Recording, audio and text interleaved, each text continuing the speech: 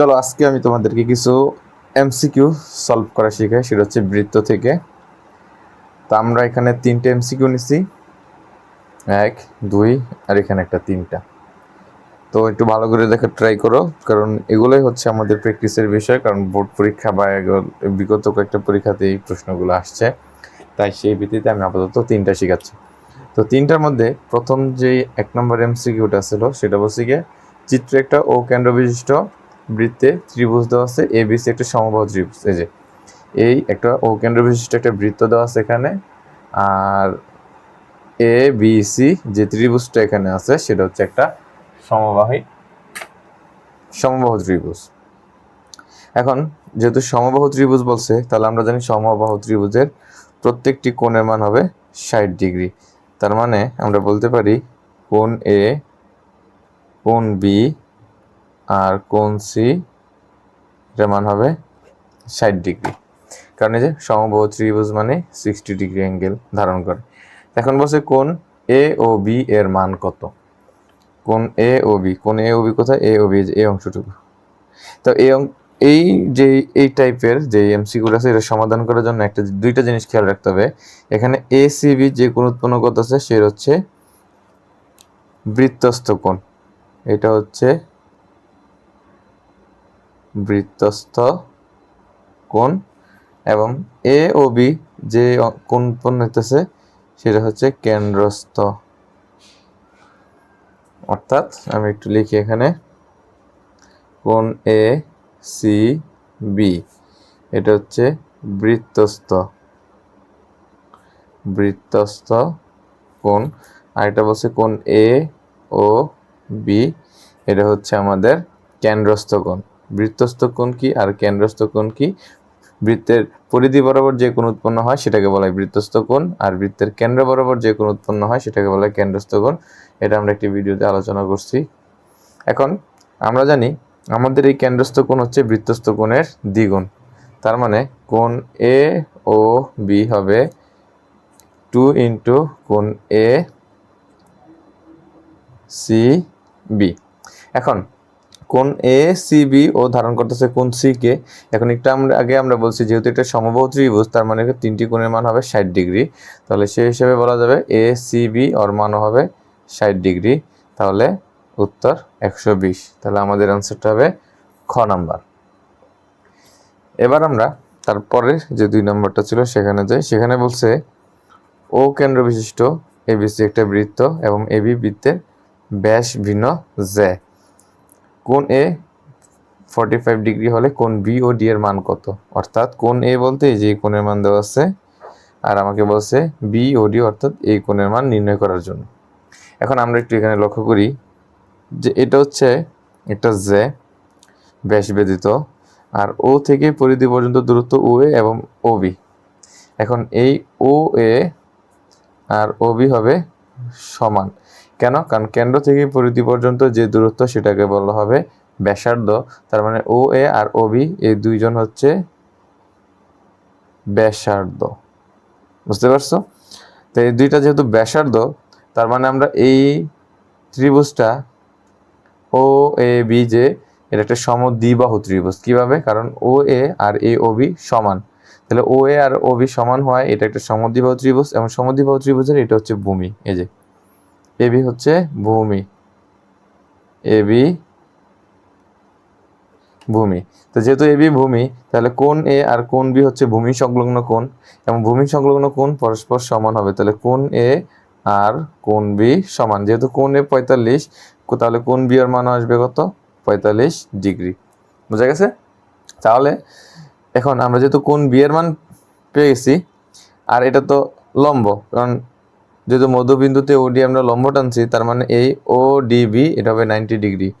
ও D B এটা হচ্ছে 90 degree. আমি একটু বিস্তারিত বোঝাইতেছি তোমাদেরকে। তাহলে আমরা বলতে পারি আমাদের যে বিওডি দরকার, এখন এই যে একটা ত্রিভুজ, আমরা জানি প্রত্যেকটা ত্রিভুজের 3 কোণের সমষ্টি হচ্ছে 180 ডিগ্রি। তার মানে এখানে কোণ বি প্লাস কোণ ও ডিবি, কোণ ও ডিবি প্লাস কোণ বি ও ডি, কোণ বি ও ডি, এই 3টা কোণের সমষ্টি হবে 180। এখন এর মধ্যে আমরা কোণ বি একটু আগে বের করছি 45, কোণ ওডিবি যেহেতু এটা লম্ব তার মানে হচ্ছে 90 ডিগ্রি, আর এখানে বের হবে কোণ বিওডি ইকুয়াল 180। তাহলে আমাদের কোণ বিওডি 180 মাইনাস এখানে কত আসতেছে -5, 9 হচ্ছে 13, 135। তো 180 থেকে 135 বাদ দিই, 10 থেকে 5 গেলে থাকবে 5, হাতে আছে 1, 3 এর 4, 8 থেকে 4 গেলে থাকবে 4, হাতের 1 1 0, তার মানে 45 ডিগ্রি। তাহলে আমাদের এখানে যে কোণটা উৎপন্ন হয়েছে সেটা হলো 45 ডিগ্রি, তার মানে 1 নম্বর উত্তর। কি করলাম এটা দেখতেছি আমরা, এটা একটা যেহেতু এটা যে এর উপরে লম্ব টানা আছে ওডি, তার এবার ও এ আর ওবি যেহেতু সমান, কারণ ব্যাসার্ধ একই বৃত্তের, তাহলে এর একটা এই ব্যাসার্ধ এবং এর হচ্ছে গিয়ে সমদ্বিবাহু ত্রিভুজ। সমদ্বিবাহু ত্রিভুজের এই ভূমি সংলগ্ন যে কোণ দুইটা উৎপন্ন হয় সেই কোণের মান সমান, তাই আমরা বলছি কোণ এ কোণ বি ইকুয়াল হচ্ছে 45 ডিগ্রি, এবং ও ডিবি যেহেতু একটা লম্ব তার মানে এখানে উৎপন্ন হচ্ছে 90 ডিগ্রি। তাহলে আমরা অনায়াসে বাকি কোণ বি ও ডি বের করতে পারি, কারণ আমরা জানি ত্রিভুজের 3 কোণের সমষ্টি হচ্ছে 180 ডিগ্রি। সহজ না? এটা কিন্তু একদম সহজ বিষয়, ডিফিকাল্ট ওয়েতে চিন্তা করা যাবে না, সিম্পলি ওয়েতে চিন্তা করতে হবে। তাহলে এখন বাকি যে কোণের মানগুলো আছে বসায় দিলাম, বসায় দাও 45 ডিগ্রি। এগুলো আমি তোমাদের বোঝানোর জন্য একটু স্লো করতেছি, বাট আসলে তোমরা পরীক্ষায় যত তাড়াতাড়ি পারো 10 সেকেন্ড থেকে 15 সেকেন্ডের মধ্যে এগুলো শেষ করতে হবে, বেশি গেলে 15 সেকেন্ড, 50, 30, 40 এরকম করা যাবে না, যত তাড়াতাড়ি পারা যায়। আচ্ছা, এবার তাহলে এটার উত্তর আমরা পেলাম কত? 45 ডিগ্রি। বুঝতে পারছো? এবার আমরা যে জিনিসটা দেখব সেটা হচ্ছে সর্বশেষ। তো সর্বশেষটা হচ্ছে একটা ত্রিভুজের কয়টা বহির্বৃত্ত আঁকা যায়। বহির্বৃত্ত হলো, আগে সেটা জিনিসটা বুঝতে হবে। বহির্বৃত্ত হলো, আমি একটা ত্রিভুজ লিখলাম, এটা তোমাদের সম্পাদ্য আছে 8 অধ্যায়, পরিবৃত্ত, বহির্বৃত্ত, অন্তর্বৃত্ত, ওই সংক্রান্ত। তো বহির্বৃত্ত হলো ত্রিভুজের যে কোনো দুইটা বাহু বর্ধিত করে, তাহলে আমরা এই দুইটা বাহু এবং এই একটা মানে ত্রিভুজ যে সংলগ্ন, এই 3টা বাহু দিয়ে আমরা মোট কয়টা বৃত্ত আঁকতে পারি? বোঝা গেছে? এই যে একটা ত্রিভুজ তার দুইটা বাহু সম্প্রসারিত করে একটা বৃত্তকে ধারণ করে রাখছে, এটা হচ্ছে গিয়ে বহির্বৃত্ত। তাহলে ওই হিসাব করলে একটা ত্রিভুজের আমরা কয়টা বহির্বৃত্ত আঁকতে পারি সেটা তারা চাইছে। তা আমরা আগে একটা ত্রিভুজ আঁকি নর্মালি ছোট করে,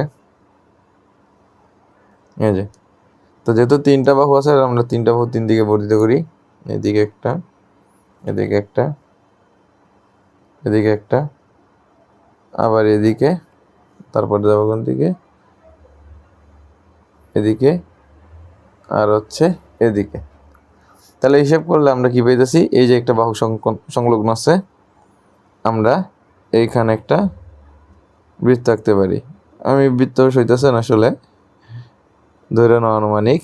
তো এটা একটা বৃত্ত, তারপরে এই যে এখানে আছে, তো আমরা এখানে আর একটা বৃত্ত আঁকতে পারি,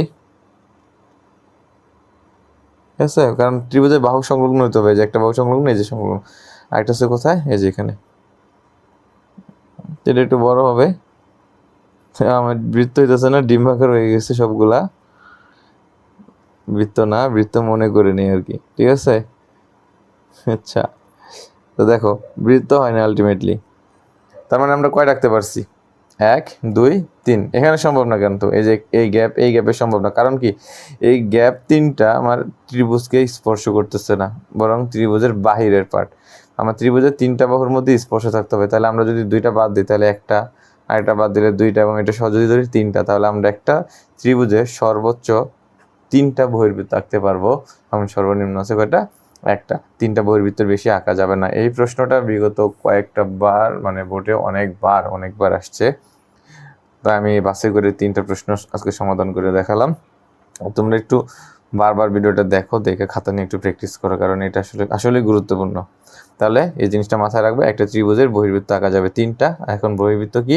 একটা ত্রিভুজের যে কোনো 2টা বাহুকে আমরা সম্প্রসারিত করব বা বর্ধিত করে ওই বাহুর সাথে আমরা একটা বৃত্ত আঁকবো, যাতে সে বর্ধিত 2টা বাহু এবং ত্রিভুজের বাহু 3টাকে একসাথে স্পর্শ করে, যে বাহিরের দিকে যাতে না যায়, এরকম ওভারল্যাপ করা যাবে না। যদি ওভারল্যাপ হয় তাহলে চিত্র হবে না। এটা তোমাদের বইটা সম্পদ্য আছে, সর্বশেষ যে সম্পদ্য 8ম অধ্যায়ের বৃত্ত সংক্রান্ত যে লাস্ট যে সম্পদ্য আছে, বহির্বৃত্ত অঙ্কন করো, এটা মূলত সেই কনসেপ্ট থেকে আসছে।